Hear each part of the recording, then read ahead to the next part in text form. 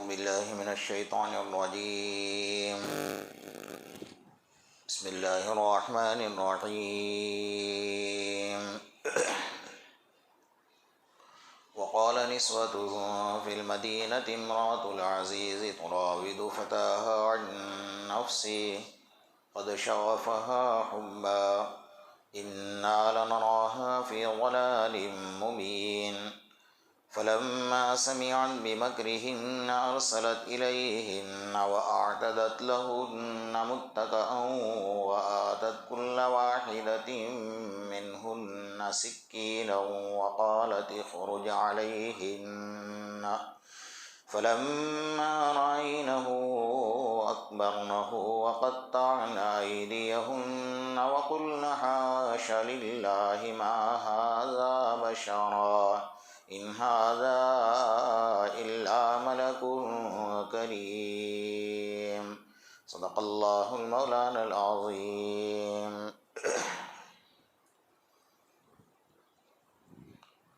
گزشتہ کل آپ حضرات کے سامنے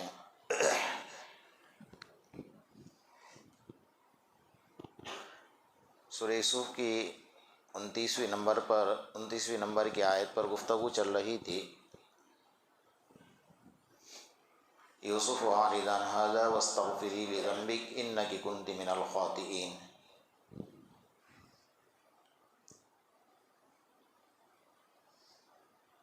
اور یہ بات عرض کی گئی تھی کہ اللہ تبارک و تعالیٰ نے گناہوں کے بعد، غلطیوں کے بعد توبہ کا دروازہ مرتے دم تک اور قیامت تک کے لیے کھلا رکھا ہے.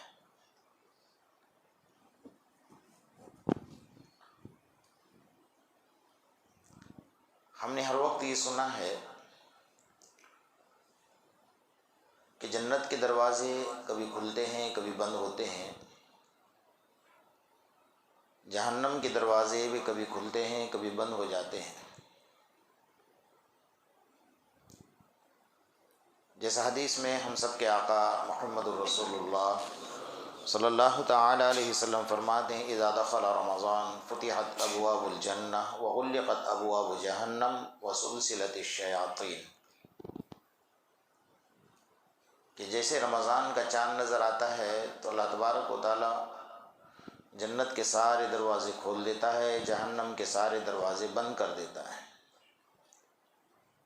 وسلسلت الشیاطین، اور شیاطین کو قید کر دیا جاتا ہے، زنجیروں سے باندھ کر سمندروں کے حوالے کر دیا جاتا ہے.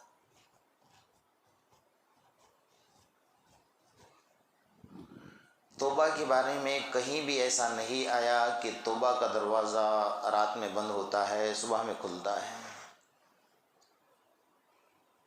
یا صبح میں بند ہوتا ہے رات میں کھلتا ہے. اچھا، انسان اتنا جھگڑالو ہے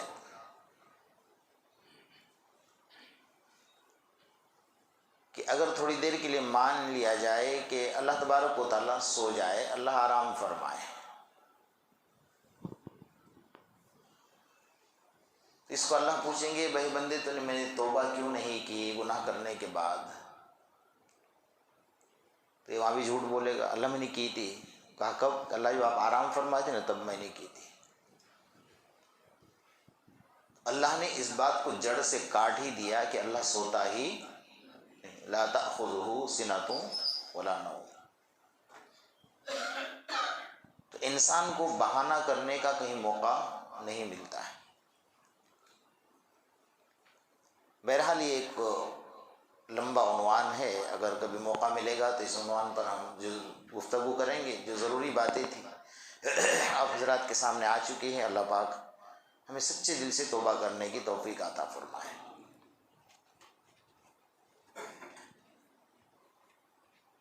کیونکہ دیکھیے، جب تک ہم روزانہ رات میں اللہ سے رجوع نہیں ہوں گے، نہیں مانگیں گے اور توبہ کر کے نہیں سوئیں گے، اٹھنے کے بعد توبہ نہیں کریں گے، تو کسی حال میں بھی ہم اللہ کو منوا نہیں سکتے ہیں.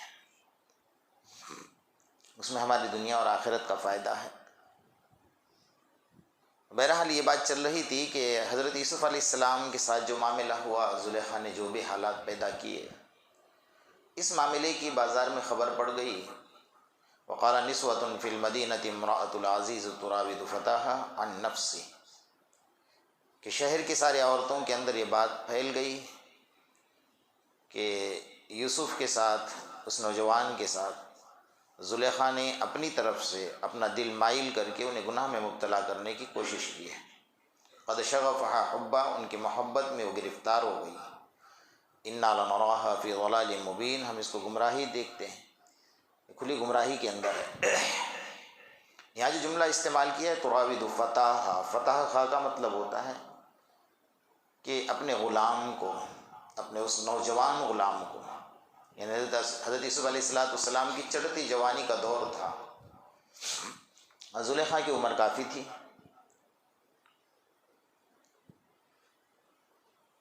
یہ جو نوجوانی کا معاملہ ہے، ہر وقت میں انبیاء کرام کی بھی نوجوانی کے وقت میں ان پر حالات پیدا ہوئے، ان پر آزمائشیں آئی۔ حضرت ابراہیم علیہ السلام کے نوجوانی کا دور تھا، انا سمعنا فتى يذكرهم يقال له ابراہیم، یہاں بھی اللہ نے نوجوانی کا جملہ انا سمعنا فتى يذكرهم، فتح کے معنی یہ بھی نوجوانی کا۔ حضرت ابراہیم علیہ السلام کی جب نوجوانی کا دور تھا تو نمرود نے آپ کو آزمائش میں ڈالا اور لمبی چوڑی آگ لگا کر آگ کے اندر پھینکنے کا سارا منصوبہ تیار کر دیا، لیکن آگ اللہ کے حکم کے آگے جا نہیں سکتی ہے۔ قلنا یا نار کونی بردا وسلاما علی ابراہیم، اللہ نے فرمایا آگ خبردار میرے ابراہیم کا بال بھی بیکا نہیں ہونا چاہیے۔ جیسے اس نے بدن کے کپڑے اتار لیے تو حدیث میں ہم سب کے آقا محمد رسول اللہ صلی اللہ علیہ وسلم فرماتے ہیں کہ انبیاء کرام کی جماعت میں سب سے پہلے اگر کسی کو دنیا میں عریانہ کیا گیا ہے، بے لباس کیا گیا تو حضرت ابراہیم علیہ السلام ہیں، اور قیامت میں اللہ سب سے پہلے جس کو جنت کا لباس پہنائے گا وہ حضرت ابراہیم علیہ السلام ہے۔ لیکن دنیا کا لباس تو اتار دیا تھا، لیکن انہیں یہ پتہ نہیں تھا کہ جبرائیل امین آ کر جنت کا لباس پہنا کر چلے گئے تھے۔ اب جس کے بدن پر جنت کا لباس ہوگا تو دنیا کی آگ کہاں سے چھونے والی ہے؟ جبکہ جہنم کی آگ نہ چھوئے گی، دنیا کی آگ کہاں سے چھوئے گی؟ آزمائش میں ڈال دیا گیا۔ اصحاب کہف کی جب بات آ گئی، 7 نوجوان تھے جو اپنا ایمان بچانے کے لیے نکلے تھے۔ انہم فتیۃ آمنوا بربہم وزدناہم ھدا، اللہ نے قرآن میں ان کے بارے میں، وہ ایک نوجوانوں کا گروہ تھا، اپنے ایمان کو بچانے کے لیے نکل پڑے تھے، ان کے اوپر بھی آزمائش آئی۔ ایسی آزمائش آئی کہ وہاں سے نکلنا اور بیابان جنگلوں سے ہوتے ہوئے گزرنا اور پھر پہاڑی اور کوہ کے اندر، غار کے اندر جا کر چھپ جانا، بادشاہ کا ڈر، دنیا والوں کا ڈر، چاروں طرف سے جان کا خطرہ۔ اس آزمائش کے اندر بھی انہوں نے اللہ کو راضی کیا اور اپنے ایمان سے مکرے نہیں ہیں، جبکہ چاروں طرف سے حالات بگڑے ہوئے تھے۔ حضرت یوسف علیہ السلام کی بھی نوجوانی کا دور تھا۔ ہم سب کے آقا محمد رسول اللہ صلی اللہ علیہ وسلم نے صحابہ کرام کے نوجوانوں کا جو گروپ تھا اس کو اتنا اچھا تیار کیا تھا، اتنی اچھی تربیت عطا فرمائی تھی کہ ہم سوچ بھی نہیں سکتے کہ ایک نوجوان اپنے نوجوانی کے اندر جب اس کا خون گرم ہے، اس کے رگوں میں خون دوڑ رہا ہے، ایک جوش ہوتا ہے اس میں نوجوانی کا، اور گناہ کرنے کی طاقت پوری موجود ہوتی ہے، اور بازو یہ طاقت اس کے مضبوط ہے، اس کے پاس پیسہ ہے، اس کے پاس خاندان بڑا ہے، چاروں طرف سے حالات سدھرے ہوئے ہیں، وہ روک نہیں سکتا ہے، کسی کی طاقت اور مجال نہیں کہ اس کو روک لے۔ لیکن وہ نوجوان اگر اس وقت میں اپنی حفاظت کرتا ہے، حضرت پیران پیر سید عبد القادر جیلانی رحمۃ اللہ علیہ فرماتے ہیں کہ جس نوجوان نے اپنی نوجوانی کی 17 سال سے لے کر 27 سال تک، کتنے سال ہو گئے؟ 10 سال، 17 سال سے لے کر 27 سال تک یہ نوجوانی کا اصل دور ہے۔ فرمایا اس دور میں جس نوجوان نے اپنے نوجوانی کی مکمل حفاظت کی، نہ اس نے کوئی کبیرہ گناہ کیا، اگر خدا نہ خواستہ ایسا کچھ ہوا تو اپنے اللہ کو منوایا، اللہ کی طرف رجوع ہو گیا، اللہ سے معافی مانگ لی، دامن رحمت میں آ گیا، تو فرمایا کہ اس نے اس 10 سال تک اپنے نوجوانی کی حفاظت کی ہے۔ حضرت پیران پیر فرماتے میں اللہ کی عظمت کی قسم کھا کر کہتا ہوں کہ اس کا جنازہ جائے گا تو ولی کا جنازہ بن کر جائے گا، کیونکہ دور ہے اس کے سدھرنے کا، یہ دور، کیونکہ نوجوانی میں عبادت جو ہے اللہ کو بہت زیادہ پسندیدہ ہے۔ بڑھاپے میں تو سبھی کرتے ہیں، جب کسی کام کے نہ رہے تو ہم اللہ کے کام کے بن جاتے ہیں۔ در جوانی توبہ کرتن شیوئے پیمبری، وقت پیری گرگ ظالم می شوت پرہیزگار۔ جوانی میں توبہ کرنا یہ پیغمبروں کا شیوا ہے، ان کا طریقہ ہے۔ وقت پیری گرگ ظالم میشوت پرہیزگار، فرمائے کہ بڑھاپے کے اندر تو بھیڑیا بھی پارسا بن جاتا ہے، جب حملہ کرنے کی طاقت ہی نہیں تو پارسا بن کر بیٹھے گا۔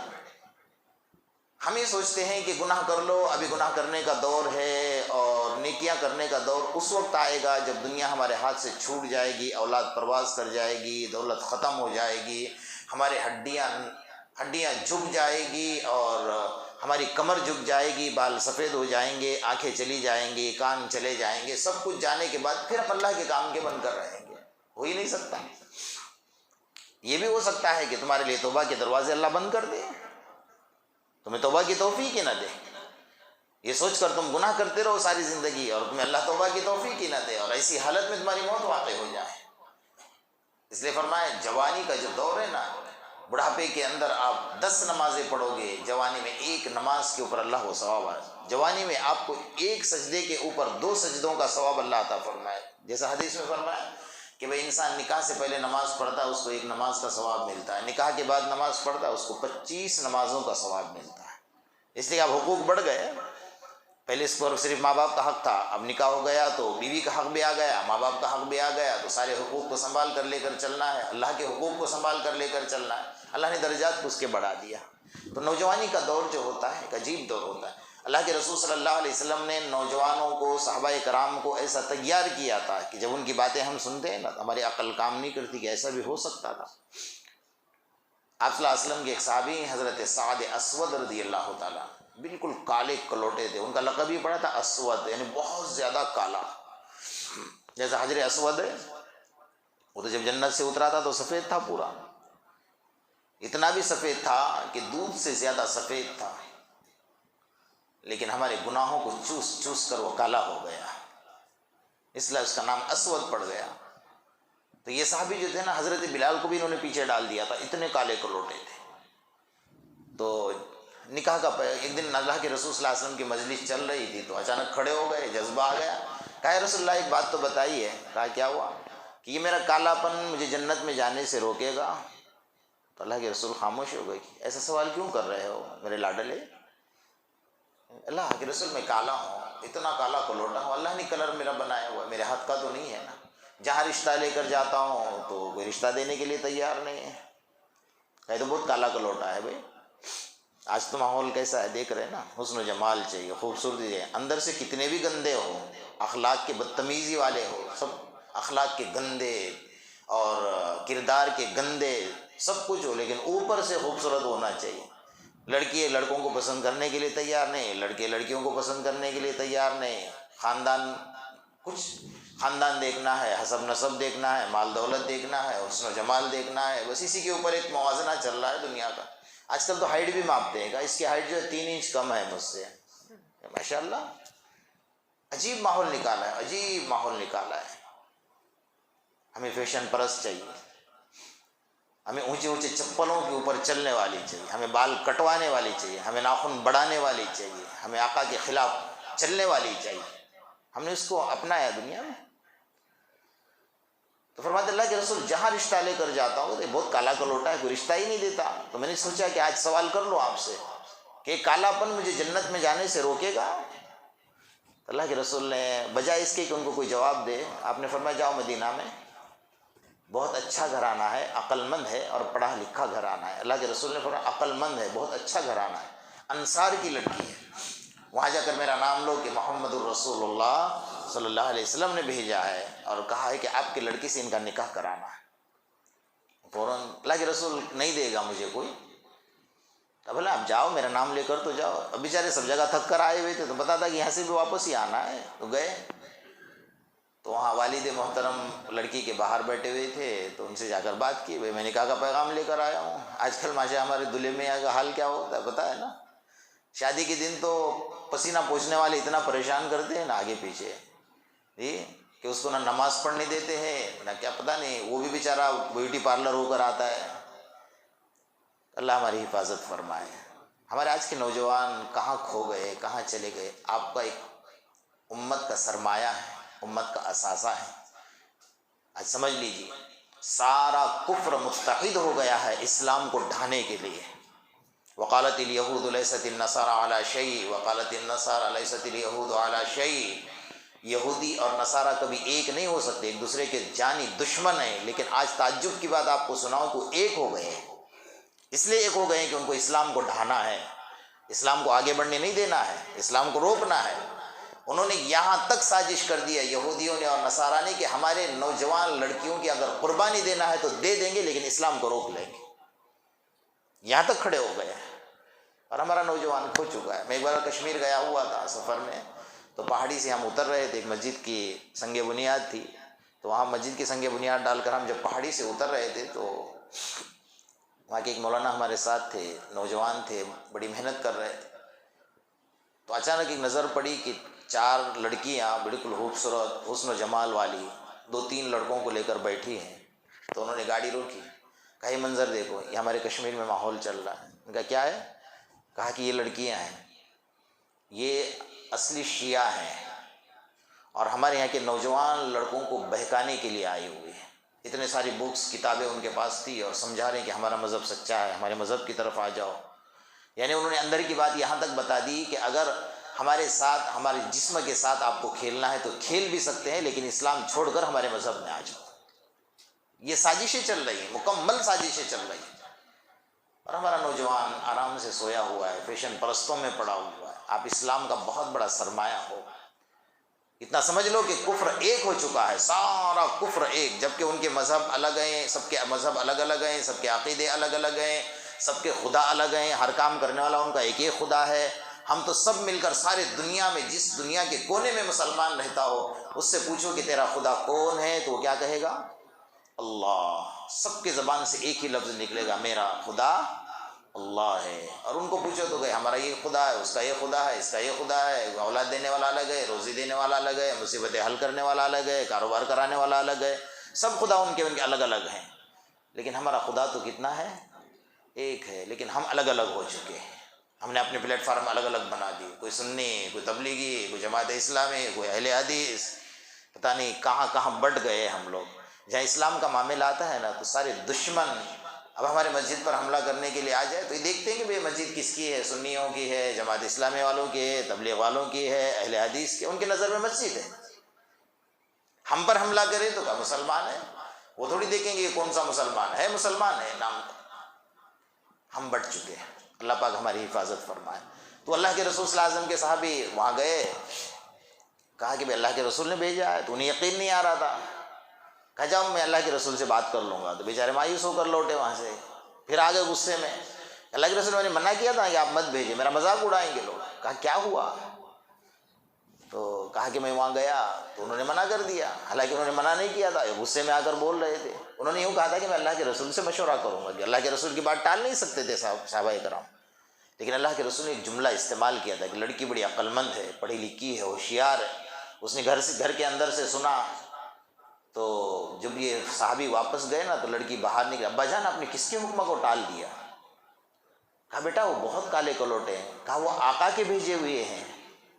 اندر سے لڑکی کہہ رہی ہے آقا نے بھیجا ہے، اگر اس سے 100 گنا کالا ہو تو بھی مجھے قبول ہے، اس لیے کہ میرے آقا کا پیغام ہے۔ میں یہ نہیں دیکھوں گی کہ جس کا پیغام لے کر آئے کالا کلوٹا ہے، میں 100 جان سے قربان ہوں کیونکہ میرے آقا نے مجھے منتخب کیا ہے۔ نصیب تو دیکھیے، وہ صحابی دوڑے اللہ کے رسول کے پاس، اللہ کے رسول نے فرمایا آپ نے منع کیا؟ کہا کہ نہیں اللہ کے رسول میں نے منع نہیں کیا، میں کہا میں آپ سے مشورہ کروں گا کہ آپ ہی نہیں بھیجا ہے نا، کیونکہ بیچارہ تھکا آیا ہے تو ہو سکتا ہے اپنی طرف سے آیا بھی وہ نام لے کر، جیسے آج کل لوگ کام کرتے ہیں نا کہ فلاں فلاں صاحب نے بھیجا ہے مجھے، اللہ فلاں کے فرشتے کو بھی پتہ نہیں ہوتا، تو ایسا ہوا ہے گا ٹھیک ہے اللہ کے رسول ہاں میرا ہی پیغام ہے، کہا تیاری کر لو۔ اب وہاں کیا تیاری ہوتی تھی اس زمانے میں؟ کون سا بینڈ باجا بجانا تھا، کون سے ڈی جے لانے تھے، کون سے منڈپ، کون سے شامیانے، کون سے دیگے چڑھانی تھی، بھائی کچھ بھی نہیں تھا۔ کہا چلو نکاح پڑھا دو، باپ وہیں بیٹھ گئے، اللہ کے رسول نے بلایا نکاح پڑھا دیا۔ کہا جاؤ رات کی تیاری کر لو، مہر کی تیاری کرو، کچھ ہے سامان؟ کا خوشی میں بیچاروں کا نکاح ہو گیا اتنے مدت کے بعد۔ اللہ کے رسول گھوڑا ہے، تلوار ہے، زرہ ہے، اس کے علاوہ کچھ نہیں، مہر کی رقم دینے کے لیے بھی کچھ نہیں، میں غریب ہوں صاحب، فرمایا جاؤ گھوڑا بیچ دو، تلوار بیچ دو، زرہ بیچ دو، اپنے عورت کے لیے مہر کی رقم تیار کر لو، اور کچھ تھوڑے بہت کپڑے خرید لو۔ خوشی خوشی میں بیچارے بازار میں نکل گئے، اتنے مدت کے بعد نکاح، اور اچھے گھرانے میں نکاح ہوا ہے، بڑی خوبصورت مدینہ کی خوبصورت لڑکی سے نکاح ہوا. وہ گھوڑے کا سودا ہو گیا. حضرت عثمان ہی ملے راستے میں. اللہ اکبر. حضرت عثمان کی قربانیاں بہت ہے اسلام کے بعد. کہا کہاں جا رہے ہو؟ اللہ کے رسول نے بھیجا ہے. کہا گھوڑا بیچنے کے لیے. اگر مجھ سے سودا کر لو. کتنے میں دینا ہے؟ سودا کر لیا. حضرت عثمان نے رقم دے دی اور گھوڑا بھی واپس دے کے جاؤ، گھوڑا میری طرف سے ہدیہ آپ کے لیے. اللہ اکبر. ہاں زرہ مجھے دے دو، تلوار مجھے دے دو. وہ لے لیا. اور کپڑے کی خریدی چل رہی تھی بازار میں. آواز آئی مدینہ کے اندر، انفروا سبیل اللہ، انفروا سبیل اللہ، انفروا سبیل اللہ. بھائی آ جاؤ، کفر نے اسلام کو للکارا ہے، جنگ کا میدان تیار ہو چکا ہے. اب یہ حکم بھی تو اللہ کے رسول نے فرمایا تھا نا کہ کپڑا خرید لو اور مہر کی رقم تیار کر لو. آ جاؤ، جنگ کا میدان تیار ہو چکا ہے. انہوں نے اتنا بھی نہیں سوچا کہ میں اللہ کے رسول کو جا کر کہوں گا اللہ کے رسول ہی نے بھیجا ہے. فوراً گئے اور گھوڑا تو آ ہی گیا تھا واپس، زرہ بھی واپس لے لی اور تلوار بھی واپس لے لی. کہا دے دو مجھے، جنگ کے میدان میں جانا ہے. اور سارے صحابہ سے پہلے جنگ کے میدان میں پہنچ گئے. میرے آج کے دلہے کو ایک نماز کی توفیق نہیں ہوتی ہے، ایک نماز کی توفیق نہیں ہوتی ہے. اب دیکھیے ہمارے کا کیا ماحول ہے. گئے جنگ کا میدان گرم، اللہ کے رسول بھی آ گئے اور وہ صحابی جنگ کے میدان میں پڑے. جب جنگ ختم ہو گئی تو اللہ کے رسول صلی اللہ علیہ وسلم کو اچانک حضرت سعد کی یاد آ گئی. تو آپ کی آنکھوں سے آنسو نکل رہے تھے. کچھ صحابہ شہید بھی ہو گئے تھے. کہا ہو میرا لاڈلا سعد تو شب زفاف مناتا ہوگا، کیونکہ وہ کسی سے ملے نہیں تھے، جنگ کے میدان میں کود گئے تھے سب سے پہلے جا کر. کہ میرا ساتھ تو شب زفاف مناتا ہوگا. آج اگر جنگ کے میدان میں آتا تو میرا ساتھ شاید سب سے پہلے صف میں آ کر لڑتا. حضرت ابو ہریرہ نے کہا اللہ کے رسول کون سے ساتھ کی بات کر رہے ہیں؟ کہا سعد اسود کی. کہا سعد اسود تو ہم سے پہلے جنگ کے میدان میں آ چکا ہے اور وہ 80 کے قریب بدن پر زخم کھا کر پڑا ہوا ہے. اس کا پورا بدن چھلنی چھلنی ہو چکا ہے. بس ٹکٹو کی نظر سے دیکھ رہا ہے جیسا کسی چیز کا انتظار ہے. انتظار کس بات کا تھا؟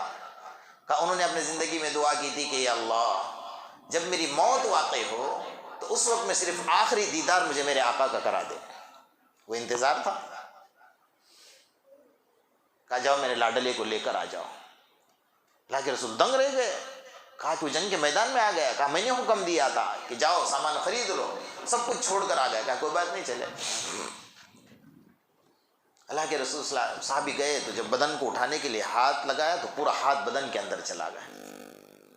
اللہ کے رسول حال ایسا نہیں ہے کہ ان کو اٹھا سکے، پورا بدن چھلنے چھلنے ہو چکا ہے. میرے آقا کی محبت تو دیکھیے. میرے آقا خود اٹھ کر آئے اور وہاں قریب بیٹھے تو دیکھا ہو میرا لاڈلا. چہرے پر نظر ڈالی تو آقا کے چہرے کو دیکھا تو آنسو ٹپک رہے تھے.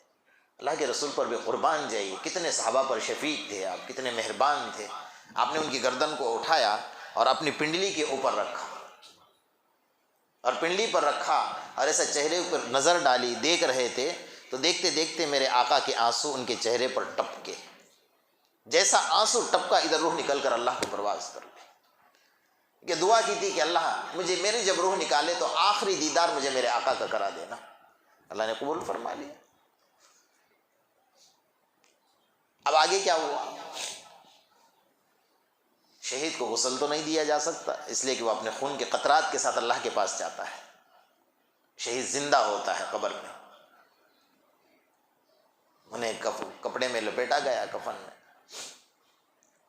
اللہ کے رسول نے نماز جنازہ پڑھائی. جنازہ اٹھا تو اللہ کے رسول اپنی انگلیوں پر چل رہے تھے. ایڑیاں اونچی تھی اور انگلیوں پر چل رہے تھے. صحابہ کرام نے دیکھا کہ آج ہمارے آقا پہلی مرتبہ جنازے میں اس حال سے چل رہے ہیں.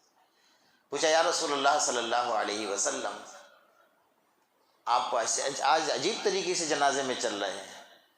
جب اللہ کے رسول نے ان کا سر اپنے پنڈلیوں پر رکھا تھا اس کو بے ساختہ آپ کی زبان سے ایسا جملہ نکلا، فزت برب الکعبہ، رب کعبہ کی قسم تو کامیاب ہو گیا، تو کامیاب ہو گیا. اور اس وقت اللہ کے رسول نے جملہ فرمایا تھا، تیرے مقدر میں اللہ نے دنیا کی خوشیاں لکھی نہیں تھی، اللہ نے جنت کی حوریں لکھی تھی، اس لیے تو شب زفاف چھوڑ کر آیا ہوا تھا، آج تیرا نکاح جنت میں اللہ کرا دے گا۔ جنازہ اٹھا اور جا رہے تھے، اللہ کے رسول انگلیوں پر چل رہے تھے۔ صحابہ نے پوچھا، اللہ کے رسول آپ انگلیوں پر چل رہے ہیں؟ فرمایا میرے سعد کے جنازے میں آسمان سے اتنا بڑا فرشتوں کا لشکر اترا ہے کہ مجھے چلنے کی جگہ بھی نہیں ہے، یہ میرا جنت کا دولہا ہے۔